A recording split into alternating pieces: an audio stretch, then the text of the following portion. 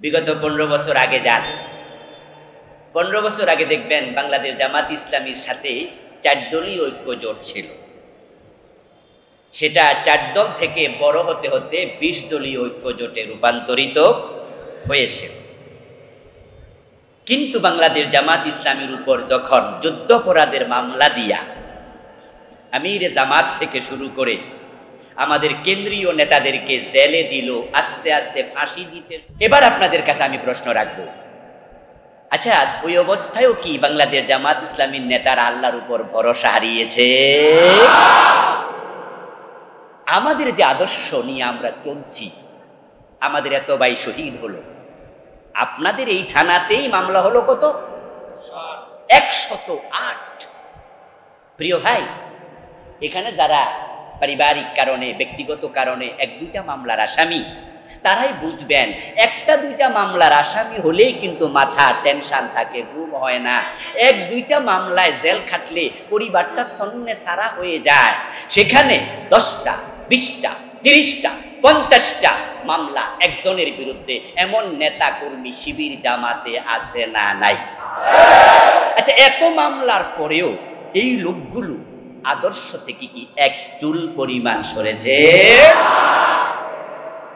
মান রাদিয়া বিল্লাহি রাব্বা ওয়া বিল ইসলামি দীনা ওয়া বি মুহাম্মাদিন নাবিয়্যা ওয়া রাসূলা। এটা আমাদের মটো, এটা আমাদের থিওরি, এটা আমাদের জীবনের উপাদান, এটা আমাদের পথে।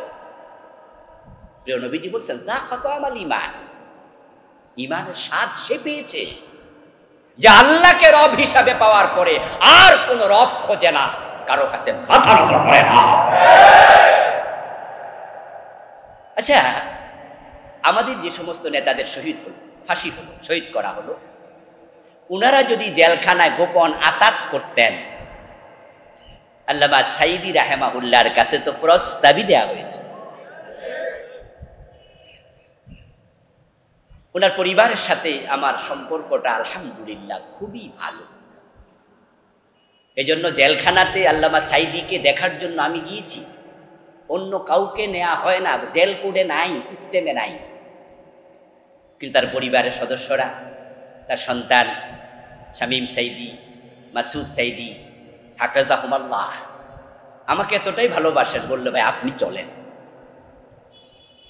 আমি তার সন্তানদের মুখে শুনেছি, মিন্টো রোডে গোয়েন্দারা আমাদের শামীম সাইদি ভাইকে ডাকে নিয়েছে, ওস্তাদ আল্লামা কামালউদ্দিন জাফরি হাফেজাহুল্লাহকে ডেকে নিয়েছে, আল্লামা সাইদিকে সেখানে হাজির করেছে।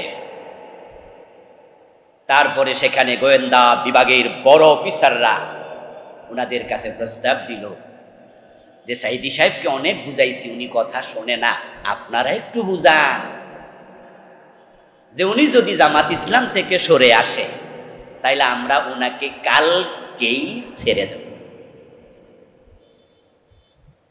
উনি আলাদা দল করুক।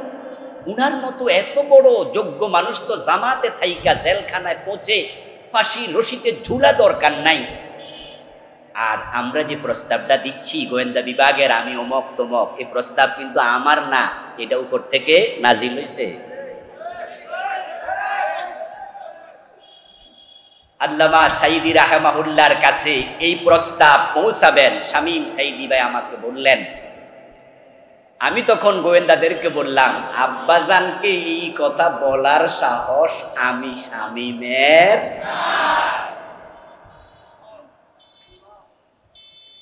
আল্লামা সাইদির কান পর্যন্ত এটা তিনি পৌঁছাননি। ওস্তাদ জাফরি বললেন যে ছেলে যদি কয় আমি পারি না, আমি তো বেয়াই, আমি তো আরো দূরে। আলহামদুলিল্লাহ, আমাদের নেতারা এক চুল পরিমাণ সরেন নাই। আচ্ছা, আমরা আজকের এই হলে যতজন আছি, আল্লাহর কসম করে বলতে পারবো, আমি নিজের কথা বলতে পারি, আপনারাও নিজের কথা অনেকে বলতে পারবেন, যদি ফাঁসির রশি আমাদেরকেও দেখানো হতো, আমরা আদর্শ থেকে এক চুল পরিমাণ সরে যেতাম না।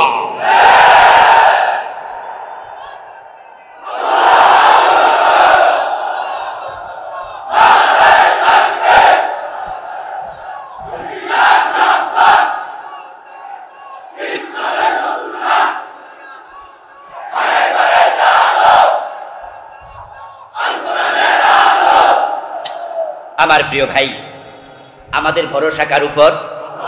কার উপর? হ্যাঁ, আল্লাহ তাআলা এই জন্য বলছেন, ওমাইয়া তাওয়াক্কাল আলাল্লাহি ফাহুয়া হাসবুহ। যে ব্যক্তি আল্লাহর উপর ভরসা করে তার জন্য যথেষ্ট হয়ে যান কে? কোরআন মাজিদে আল্লাহ তাআলা বিভিন্ন নবীর উম্মতকে ডেকে ডেকে বলেছেন, ধৈর্য ধরো, ধৈর্য ধরো, ধৈর্য ধরো। এবং তিনি সুসংবাদ দিয়েছেন, ইন্নাল্লাহা মাআস সাবিরিন, ধৈর্যশীলদের সাথে আছেন কে? কোরআনে আল্লাহ তাআলা মাজলুমদের পক্ষ নিয়ে বলেছেন, ইন্নাহু লা ইউফলিহুজ জালিমুন। ইন্না শব্দের অর্থ কি? আলেম ওলামা ভাইয়েরা সবাই জানেন, জেনারেল ভাইয়েরা ওইগুলা জানেন। আল্লাহ বলছে ইন্নাহু লা ইউফলিহুজ জালিমুন, যারা জালেম হয়, যারা তোমাদের ফাঁসি দেয়, বিনা দোষে জেল দেয়, তোমাদের ধৈরা সাপের মতো পিটায় মাইরা ফেলে, তোমরা নারী তাকবীর আওয়াজ দিয়েছো, একসাথে 7 জনকে গুলি করে মেরে ফেলে, তোমরা শুনে রাখো, আমি আল্লাহ বলছি জালেমরা কখনো সফল হবে না। আল্লাহর কথা কত সত্য, আল্লাহর কথা কত সত্য। যারা 15টা বছর এই দেশটার 56,000 বর্গ কিলোমিটারকে কারাগার বানিয়ে দিয়েছিল, পুরা বাংলাদেশটাকে তারা শ্মশান বানিয়ে দিয়েছিল, সত্যের কণ্ঠকে তারা রুদ্ধ করে ফেলেছিল, আমাদের কণ্ঠকে স্তব্ধ করে দিয়েছিল। আমরা নিজের পরিচয়টুকু পর্যন্ত দিতে পারিনি। যারা চকিদার থেকে সেনাপ্রধান পর্যন্ত নিজের লোকদেরকে দিয়ে রাষ্ট্রের কাঠামো সাজিয়েছে, যাদের প্রতিটা সেক্টরে নিজের লোক বসিয়েছে, আমরা কি দেখলাম? 5ই আগস্টের বিপ্লবে এমন ভাবে পালিয়েছে, রান্না করা ভাত খেয়ে পর্যন্ত যেতে পারে নাই।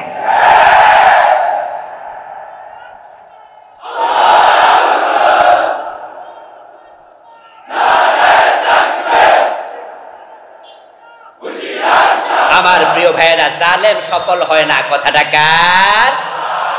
এই কথার সাথে তাদের কাজ, তাদের বর্তমান পরিবেশ মিলছে কিনা? যেটা আমরা দেখলাম এটা কিন্তু আমরা করিনি।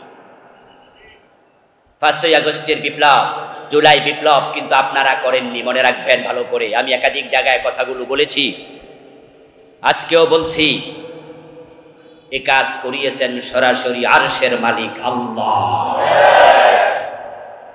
তার দলিল আল্লাহর কোরআনের আয়াত।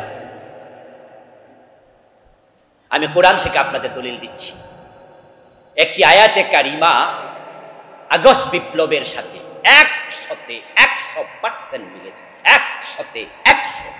কিছুক্ষণ আগে আমি আমির সাহেবের কাছে ঘরে এই আয়াত পড়ে শুনাইছি 3-4 জন, কত জায়গায় শুনাইছি, আমি আপনাদেরও শোনাচ্ছি। আল্লাহ তাআলা বলছেন, ফালাম্মা নাসু মা যুকিরু বিহি ফাতাহনা আলাইহিম আবওয়াবা কুল্লি শাই।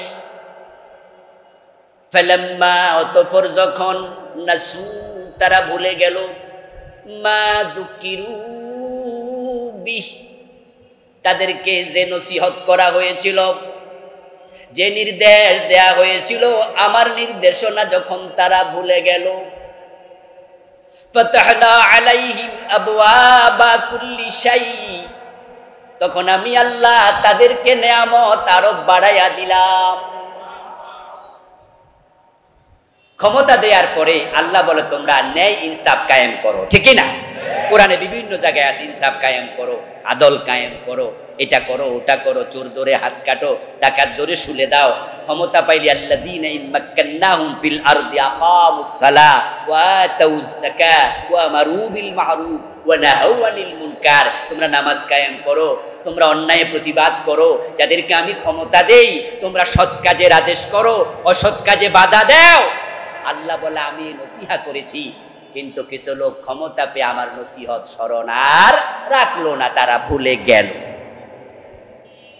ভুলে যাওয়ার পরে আমি আল্লাহ তাদেরকে ক্ষমতা আরো বাড়াইয়া দিলাম, নিয়ামত আরো বাড়াই দিলাম, আকাম কুকাম যেন আরো বেশি করতে পারে। ঠিকই আমাদের আমির সাহেব বলেছেন, 28শে অক্টোবরে লগি বৈঠার ঘটনার পরে মানুষের উপর নৃত্য করে তারা তখন ক্ষমতায় আসলো। ক্ষমতায় আসার পরে 5 বছর আমাদের উপর আরো জুলুম চালালো, পুরা জাতির উপরে চালাই। খালেদা জিয়ার মতো একজন সিনিয়র নাগরিক, এদেশের তিনবারের সাবেক প্রধানমন্ত্রী, উনার স্বামীর বাড়ি থেকে পর্যন্ত উনাকে বের করে দিল। আচ্ছা আমার প্রিয় ভাইয়ের, আপনারাই বলুন তো, একটু বিবেকটা কাজে লাগান তো। যে খালেদা জিয়া যে বাসভবনটায় ছিল, ধরে নিলাম এটা দেশের জায়গা, আওয়ামী লীগের কথাই ঠিক, এটা সরকারি জায়গা, ধরে নিলাম। আচ্ছা এই সরকারি জায়গাটা থেকে বের করে দিয়া এখানে আরেকটা বাড়ি বানাতে হবে, দেশে কি জায়গার অভাব পড়ছে? আচ্ছা ঢাকা শহরে খোলামেলা মাঠ এখনো আছে না? কিন্তু দেখেন হিংসা কাকে বলে। প্রধানমন্ত্রী সাবেক এবং বয়সে এই প্রধানমন্ত্রী সে 1 বা 2 বছরের সিনিয়র, বাড়ি থেকে বের করে দিল। কাঁদতে কাঁদতে বের হলেন। আমাদের নেতাদেরকে ধরে ফাঁসি দিয়ে দিল, হাজার হাজার মামলা ঠুকে দিল, 5 বছরের জুলুম আকাশ পরিমাণ উঁচু হয়ে গেল। আমরা ভাবছি পরের বার এবার মনে একটা পরিবর্তন হবে। আল্লাহ বলে না, ফাতাহনা আলাইহিম আবওয়াবা কুল্লি শাই, আমি নিয়ামতের দরজা আরো খুলে দিলাম। আবার পাস। পরের 5 বছরে আরো জুলুম, আরো জুলুম, আরো জুলুম। অলরেডি এবার ফাঁসি দেয়া অনেকেরই শেষ, নতুন নতুন জুলুম। আমরা ভাবছি এবার মনে একটা পরিবর্তন হবে। আল্লাহ বলে না, ফাতাহনা আলাইহিম আবওয়াবা কুল্লি শাই, আমি দরজা এখনো বন্ধ করি নাই, নিয়ামতের দরজা আরো খুলে দিলাম। আবার ক্ষমতায় আসলো, 15 বছর চলে গেল। আমাদের এক নেতা তো বললেনি আন্দোলন আন্দোলন, কই এবছর না সে বছর মানুষ পাশে বলছে কিনা, বলছে কিনা? অর্থাৎ তিনি তিরস্কার করছিলেন, তিনি তিরস্কার করছিলেন যে না, আমাদেরকে তোমরা সরাতে পারবা না। প্ল্যান ঘোষণা করলো 2041, 241। কথা কিন্তু বোঝেন এই আয়াত কিভাবে মিলে। ওরা যখন সীমা লঙ্ঘন করলো নিয়ামত পেয়ে, হাত্তা ইদা ফারিহু বিমা উতু আখাযনাহুম বাগতাতান ফাইযা হুম মুবসিলুন। এবার আল্লাহ বলছে, যখন তারা আমার নিয়ামত পাইয়া সীমা লঙ্ঘন করতে থাকলো, আখাযনাহুম বাগতাতান, শব্দ দেখেন, আমি তাদেরকে হঠাৎ করে ধরেছি। হঠাৎ, ভাবতে পারেনি 5 তারিখে পালাতে হবে, 4 তারিখ যদি জানতো তাদের 300 এমপি পালিয়ে যেত। আচ্ছা তারা যদি 4 তারিখে জানতো যে 5 তারিখ পালাবে, তাহলে নেতারা থাকতো এই দেশে? এই যে ইন্ডিয়ার কাটা তারার বেড়াবুরা আছে না, তার মাছ ছিঁড়া ঢুকে যেত।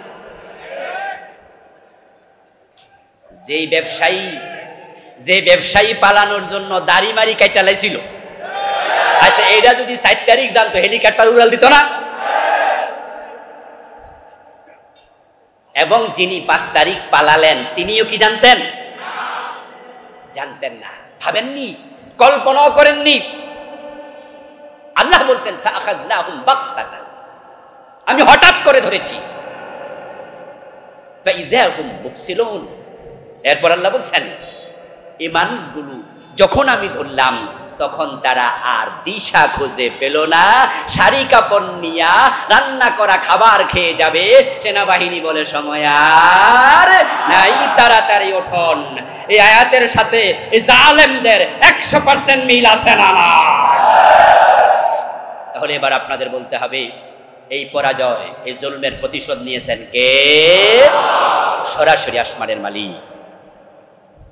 তাহলে আমরা আল্লাহকে যখন নিজেদের রব মেনে নিলাম, আল্লাহর উপর 100% ভরসা করলাম, আমাদের পক্ষে আল্লাহ আছে না নাই? আলহামদুলিল্লাহ, আলহামদুলিল্লাহ, আলহামদুলিল্লাহ। যাদেরকে 1 তারিখে নিষেধ করে দিল, 5 তারিখে যখন তাদের নিয়োগকৃত সেনাবাহিনীর প্রধান মিটিং ডাকে, 1 নম্বরে আমির জামাতকে ডেকেছে। ওনার নাম 2 বার নিয়েছে, অন্যদের নাম নিয়েছে কয়বার? 1 বার। এর কারণ এটা আল্লাহর ওয়াদা, ইন্নাল্লাহা মা'আস সাবিরিন। আচ্ছা, আমরা কি 15 বছর ধৈর্যের পরিচয় দেই নাই? সুবহানাল্লাহ, সুবহানাল্লাহ।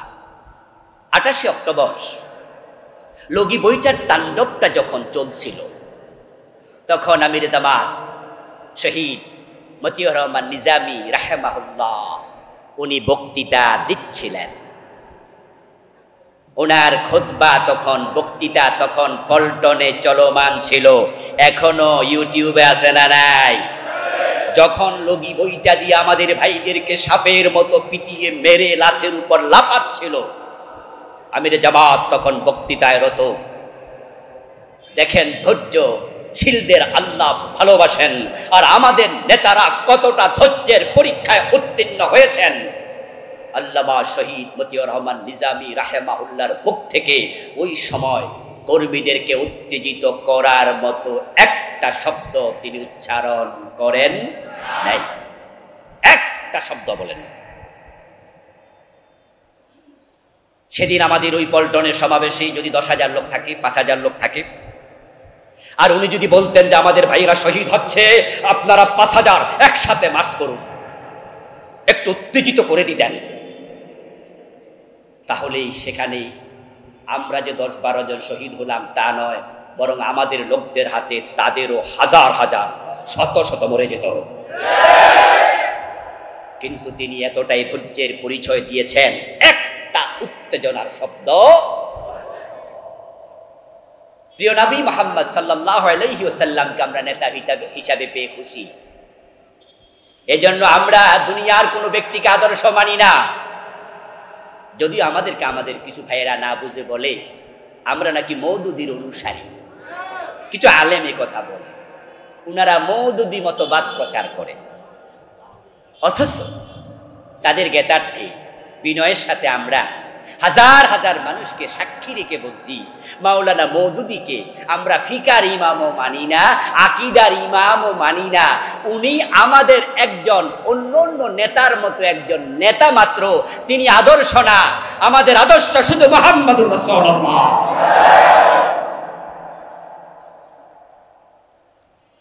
আল্লামা সাইদি রাহিমাহুল্লাহ চিৎকার দিয়ে প্রতিটা মাহফিলে বলতেন, আমরা আল্লাহ ছাড়া কারো আইন মানি না, নবী মুহাম্মদ ব্যতীত কাউকে রাসূল এবং আদর্শ মনে করি না। এ প্রিয় নবীজিকে নিয়ে আলোচনা হবে, হতে থাকবে, কারণ তিনি তো আইডল। আল্লাহ তাআলা আমাদেরকে উনাকে সামনে রেখে বলেছেন তোমরা তার অনুসরণ করো। তার অনুসরণ করলে কি হবে? প্রিয় নবীজি সাল্লাল্লাহু আলাইহি সাল্লাম বলেছেন, মান আহাব্বা সুন্নতি ফাকাদ আহাব্বানি ওয়া মান আহাব্বানি কানা মাই ফিল জান্নাহ। যে আমি নবী মুহাম্মাদের সুন্নাহগুলোকে, আদর্শকে নিজের জীবনে লালন করবে, আমার সুন্নাহ দিয়ে জীবন সাজাবে, সে আমি নবী মুহাম্মদকে ভালোবাসে, তার পরিচয় দেবে। আর যে আমাকে আমার সুন্নাহ লালন করার মাধ্যমে ভালোবাসার পরিচয় দিতে পারবে, কানা মাই ফিল জান্নাহ, সে জান্নাতে আমার সাথেই থাকবে। আমাদের লক্ষ্য আল্লাহর জান্নাত পাওয়া, ঠিক না? আমরা আল্লাহর জান্নাতের জন্য কাজ করি। আমাদের এই দলটা প্রতিষ্ঠিত হয়েছে শুধুমাত্র মানুষকে আল্লাহর জান্নাতের দিকে ডাকার জন্য। এই জন্য আমরা ক্ষমতা যখন পাবো ইনশাআল্লাহ। আচ্ছা, আমাদের নেতারা কি গম চুরি করার জন্য ক্ষমতা চায়? টিয়ার কাবিখা খাওয়ার জন্য? নিজের ব্যক্তি স্বার্থের জন্য? বরং আমাদের দলের আইডিওলজি হচ্ছে, মতবাদ হচ্ছে, সাংবিধানিক কাঠামো হচ্ছে, যিনি নেতা হওয়ার চিন্তা করেন তাকে নেতা বানানোই যাবে না। আমরা আল্লাহর জান্নাতমুখী দল। এখন আপনারা যারা জান্নাতমুখী হওয়ার জন্য মামলা খান, হামলা খান, মাইর খান, জেলে যান, সে আপনারা যদি রাসূলের আদর্শ জীবনে লালন না করেন, আল্লাহর নবীর সাথে জান্নাত পাওয়া যাবে না। সুতরাং টাকনোর নিচে কাপড় পরবেন না, দাড়ির মাঝে ব্লেড লাগাবেন না। নিজের স্ত্রী, নিজের মেয়ে যদি স্কুল কলেজে যায়, বাহিরে যায়, বেপরদায় যেন বের হতে না পারে, সিরিয়াস থাকবেন। সুদের সাথে কোনো আপোষ করা যাবে না। সুদখোর যেখানে, জামাত ইসলাম থাকবে না সেখানে। আপনার জীবনটা হবে রাসূলের সুন্নাহর আলোকে সাজানো। এখন সুন্নাহ মানে টুপি দাড়ি পাজামা পাঞ্জাবি নয়, সুন্নাহ মানে হচ্ছে প্রিয় নবীর পুরা জীবনাচার।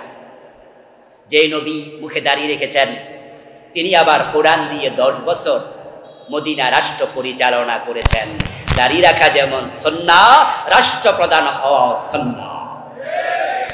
যে প্রিয় নবীজি সাল্লাল্লাহু আলাইহি ওয়াসাল্লাম মাথায় টুপি পরেছেন, মানুষকে দেখে মুস্কি হাসি দিতেন। যুদ্ধের ময়দানে জুলমের বিরুদ্ধে 27টি জিহাদে তিনি তলোয়ার হাতে নিয়ে বীর মুক্তিযোদ্ধাদের মতো ঝাঁপিয়ে পড়েছেন, বলেছেন আনা নবিয়্যুল কাযিব, আনা ইবনু আব্দুল মুত্তালিব। সুতরাং মুস্কি হাসি দেয়া যেমন সুন্নাহ, তলোয়ার হাতে নিয়ে যুদ্ধের মাঠে ঝাঁপিয়ে পড়া এটাও আরেকটা সুন্নাহ। আমার প্রিয় ভাই, রাসূলুল্লাহ সুন্নাহ বাংলাদেশে এখন দুভাগে বিভক্ত। এক ভাগ হচ্ছে মিষ্টি সুন্নাহ, আর এক ভাগ হলো তিতা সুন্নাহ। যে সুন্নাহ পালন করলে হামলা হয় না, মামলা হয় না, জেল হয় না, জুলম হয় না। যে সুন্নাহ পালন করলে সালাম বেড়ে যায়, মানুষ ভালোবাসে। যে সুন্নাহ পালন করলে পরে কেউ আপনার বিরুদ্ধে কথা বলবে না, ওই সুন্নাহ সব পীর, সব আলেম, সব বুজুর্গ, সব মুসলমান একসাথে গ্রহণ করেছে। টুপির সুন্নাহ, দাড়ির সুন্নাহ, তাসবির সুন্নাহ, মিসওয়াকের সুন্নাহ, পাগড়ির সুন্নাহ সবাই গ্রহণ করেছে। ডান পা দিয়ে মসজিদে প্রবেশের সুন্নাহ, বাম পা দিয়ে বের হওয়ার সুন্নাহ, আল্লাহু আকবার বলে নামাজ শুরু করার সুন্নাহ, সালাম ফিরিয়ে নামাজ শেষ করার সুন্নাহ, 3 রাকাত মাগরিবের ফরজের সুন্নাহ, 4 রাকাত ইশার সুন্নাহ। সুন্নাহ মানে রাসূলের জীবনাচার, সবাই গ্রহণ করেছে, কেউ দ্বিমত করে না। কিন্তু যেই হক কথা বললে চাকরি চলে যায়, ইমামতি চলে যায়, আল্লাহর জমিনে আল্লাহর দ্বীন কায়েম করতেই হবে, না হয় আল্লাহ ছাড়বে না। আল্লাহর ইসলামকে জীবনের সব জায়গায় প্রতিষ্ঠিত করার নাম একামতে দিন। সেই একামতের দিনের কথা বললে পীরের মুরিদ কমে যাবে, খতিবের চাকরি চলে যাবে, ইমাম সাহেবের ইমামতি থাকে না। তাই অনেককেই হক কথা বলতে দেখা যায় না।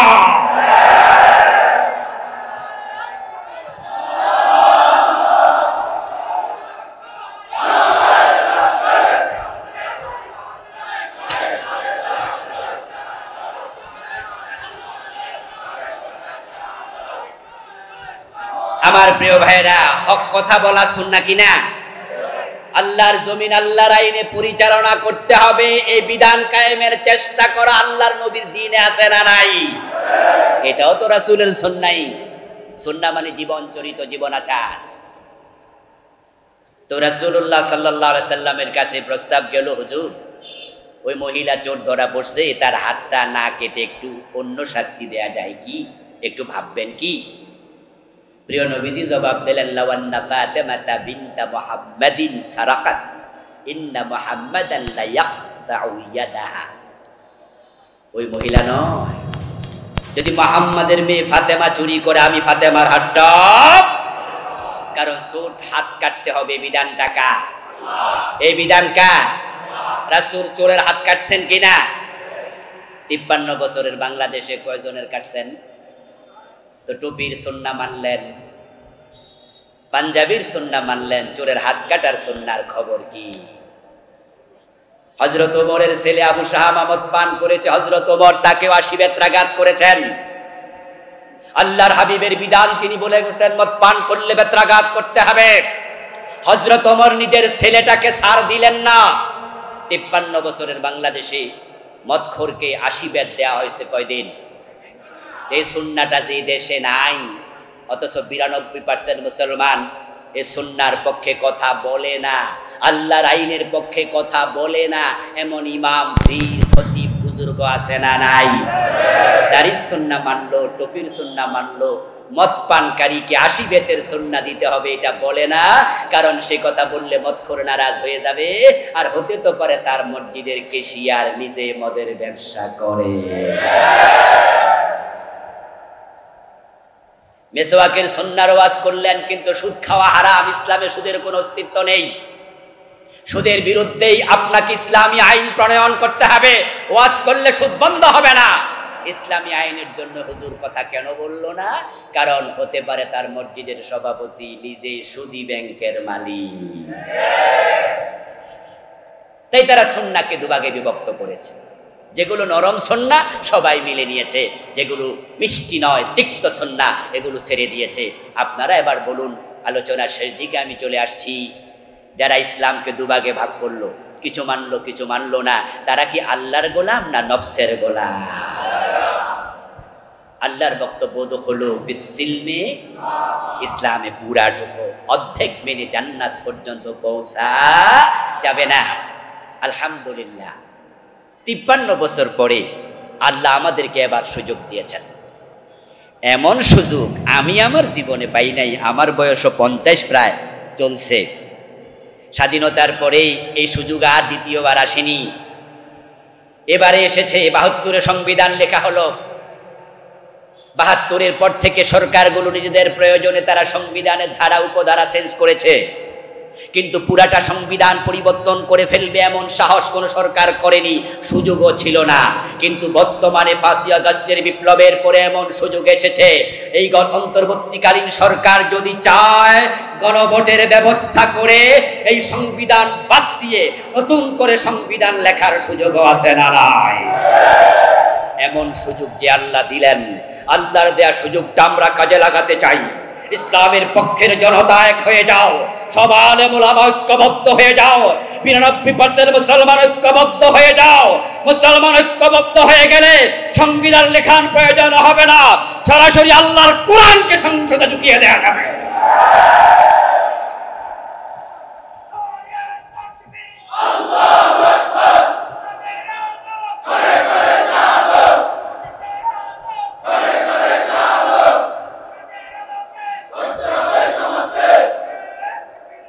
আমার প্রিয় ভাইয়ের, আল্লাহর কোরআন সংসদে যাক আপনারা চান কিনা? এ বিষয়ে কারো দ্বিমত আছে? আলেম ওলামারা এক হয়ে যান। আলেমরা এক হয়ে গেলে জালেমরা লেজ তুলে পালিয়ে যাবে। কেউ ক্যাম করেন, কেউ করেন না, কেউ মিলাদ দাবি করছেন, কেউ জোরে আমিন বলছেন, কেউ আসতে বলছেন। এক একজন এক এক চিন্তা আছে। কিন্তু যখনই আমরা আপনার এই চিন্তার পক্ষে দলিল চাই, তখন কি আপনি বেদ, গীতা, মহাভারত থেকে দলিল দেন? তখন আপনি বলেন যে আমি যে আস্তে আমিন বলি এটা হাদিসে আছে। এই ভাই আপনি জোরে কেন বলেন? আমি যে জোরে বলি এটাও হাদিসে আছে। ভাই আপনি উপরে হাত বাঁধেন কেন এখানে? বলে এটা হাদিসে আছে। আপনি নাবিন নিচে, বলে এটাও হাদিসে আছে। তাহলে আমরা যতই ইখতিলাফ করি, ঘুরে ফিরে সবাই কোরআন হাদিসের কাছে তো যাই নাকি? তাহলে কোরআন হাদিসের ব্যাপারে কারো কোনো দ্বিমত আছে? এই জন্য ইখতিলাফ ভুলে যাও, এবার ইখতিলাফ কবর দিয়ে দাও। সব আলেম কোরআন কায়েমের ব্যাপারে একমত হয়ে যাও। যদি হতে পারি আগামীর বাংলাদেশ ইসলামের বাংলাদেশ হবে ইনশাআল্লাহ।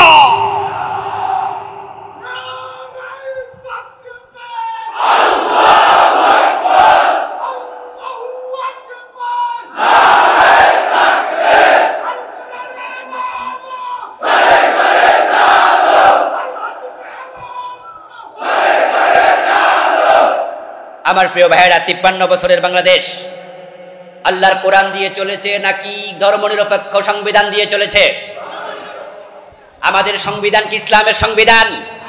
53 বছর মানুষ দেখেছে ধর্মনিরপেক্ষ সংবিধান শান্তি দিতে পারেনি। দিয়েছে নির্যাতন, দিয়েছে জুলম, দিয়েছে নিষ্পেষণ, দিয়েছে হত্যা, দিয়েছে খুন, দিয়েছে গুম, দিয়েছে অন্যায়, দিয়েছে অশান্তি। কোরআনে শান্তি আছে আমরা সবাই জানি। ধর্মনিরপেক্ষ সংবিধানকে ছুঁড়ে ফেলে দাও, কোরআন কায়েমের ব্যাপারে একমত হয়ে যাও। আল্লাহ তৌফিক দান করুন, আল্লাহ তৌফিক দান করুন। ইনশাআল্লাহ আমরা সবাই কোরআনের পক্ষে এসে গেলাম। রাজি আছেন? রাজি আছেন? আগামী নির্বাচনে কোরআনের পক্ষে থাকবেন? রাজি আছেন? যারা রাজনীতি হাত তুলে দেখায় দেন, আল্লাহকে ওয়াদা করে দেখায় দেন।